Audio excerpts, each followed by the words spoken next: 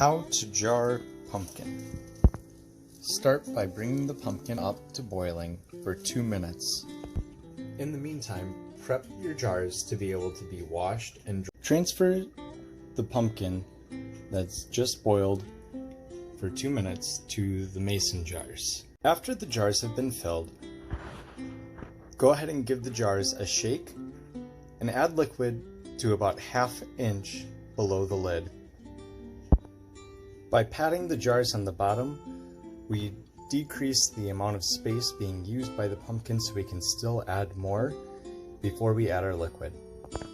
Once the jars have been packed and filled a 1/2 inch below the lid, add 3 quarts of water to your pressure canner. After using the measuring tool to fill the stock liquid to the 1/2 inch from the lid, go ahead and add 1 teaspoon of salt to each jar.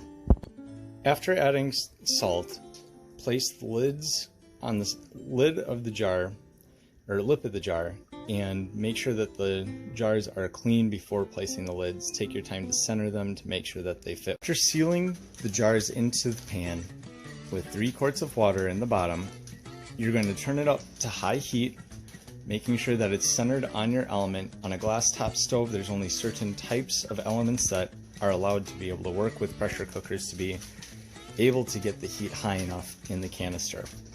There's an indicator that will pop up when there's pressure in the canner.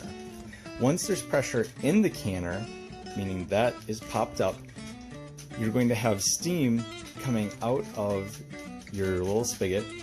You want that steam to be coming out for 10 minutes after the indicator is up.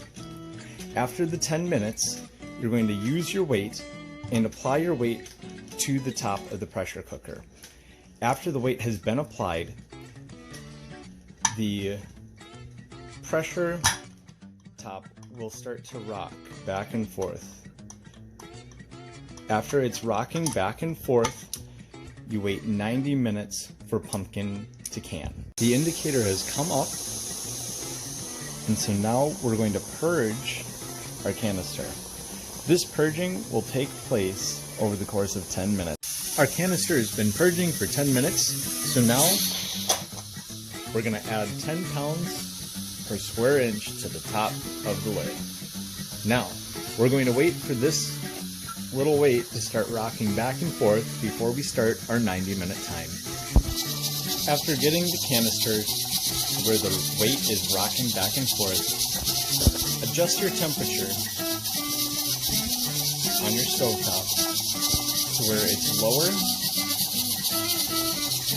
but not too low so that the rocking stops.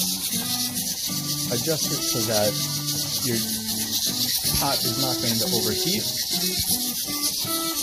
but the rocking on the pressure unit does not stop either.